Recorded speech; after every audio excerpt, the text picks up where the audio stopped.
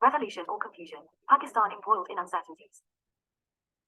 Pakistan is one of the unfortunate countries which from its very inception has not enjoyed uninterrupted development in democracy or periods of political stability, peace, prosperity, and solidarity. Pakistani nation's short history is replete with many ominous ups and downs, including its disintegration in 1971. Its decision from the very outset to sit in the lap of United States derived from its early feudal leadership as well as the fear of her neighbor India, whose political leadership was secular and pro-Soviet Union, the emerging communist world power. Hence, Pakistan chose a staunch enemy of the Soviet bloc America as its protector and a friend in need, although in later years it proved contrary to its expectations and beliefs.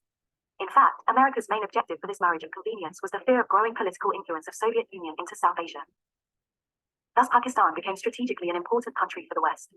However, the friendship and reliance on US military and economic aid that even continues today despite some upsets and disagreements over some issues in the past 3 decades were difficult to avoid and ignore.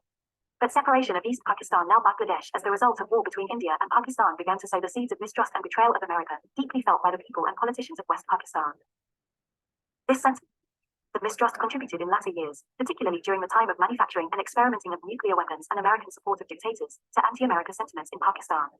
Therefore, the ground was well paved and clear for Imran Khan to politically cash in by adding the recent démarche to the Foreign Office by the American administration. Since the successful vote of no confidence in Khan's government in late March of this year, he has become frustrated, bitter, belligerent and vengeful. Pakistan's current economy being in the doldrums and dire political situation prognosticate many uncertainties and unpredictabilities for its near future. On the one hand, the country is being governed by the disrepute and allegedly corrupt bunch of politicians, and on the other the opposition is led by Imran Khan, a populist leader, whose policy of confrontation both with the army establishment and the incumbent seems becoming more and more aggressive and uncompromising. In addition, the effects of depression in global economy are being felt more acutely by the poor and middle classes of the country, and thus the growing dissentiment with the present government is becoming entrenched. The government is comprised of incongruously varied individuals and parties with every possibility of being weak, fragile, and unable to make decisions quickly and cohesively. It is also a stopgap kind of arrangement proposed and implemented by the establishment. Khan, during his long march to Islamabad, was met by a young assassin in Wazirabad who shot him to kill, but he luckily escaped with minor injuries to his legs. The incident unleashed the expected waves of violent protests in some cities and towns of the country. Imran Khan has publicly announced 3 individuals who he alleges are responsible for hatching the heinous plan to assassinate him. He is also demanding the 3 individuals to resign while the commission appointed by the Supreme Court begins to investigate his allegations. Meanwhile, police have reluctantly registered the first investigation report on the order of Supreme Court. The reasons for the police to delay their action are obvious. They were under the pressure of the Punjab government not to include in the allegations of an army general. However, its insistence on the inclusion of these 3 individuals can be construed as the continued pressure on the establishment until the end of this month, when the appointment of the new chief is expected to be made. The ongoing open hostilities and allegations of IK against the establishment have widened the gulf of enmity between him and General Bajwa. This can also be inimical to overall wider interests and the discipline of high-ranking officers of the army. Additionally, the decision of IK to recommence his long march from Wazirabad to Islamabad, which might take 2 weeks to reach there, the protest by his supporters to block major routes to the capital, has become common occurrence. This is causing intolerable inconvenience to the inhabitants of Islamabad and Rawalpindi. The timing of reaching and rallying in Islamabad is tactical decision to maximize the pressure on the government and establishment to postpone the decision for the appointment of the chief and force them to announce the date for immediate general elections. Hence the whole situation is dangerously moving to head-on collision between the PTI and establishment. We can't detect any laxing in X's attitude for any compromise or dialogue.